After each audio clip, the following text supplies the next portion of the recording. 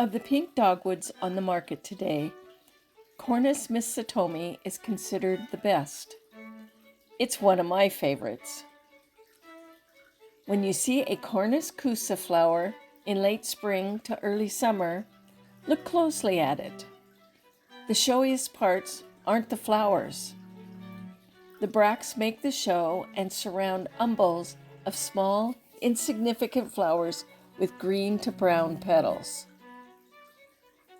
The large bracts surround the flowers. Glossy broadleaves with deep veins turn a showy red and orange in the fall. It's perfectly adapted to our maritime Pacific Northwest climate west of the Cascades. The tree grows 15 feet or 5 meters tall by 18 feet or 6 meters wide. Miss Satomi is flexible enough to handle partial shade to full sun. Full sun produces heavier flowering.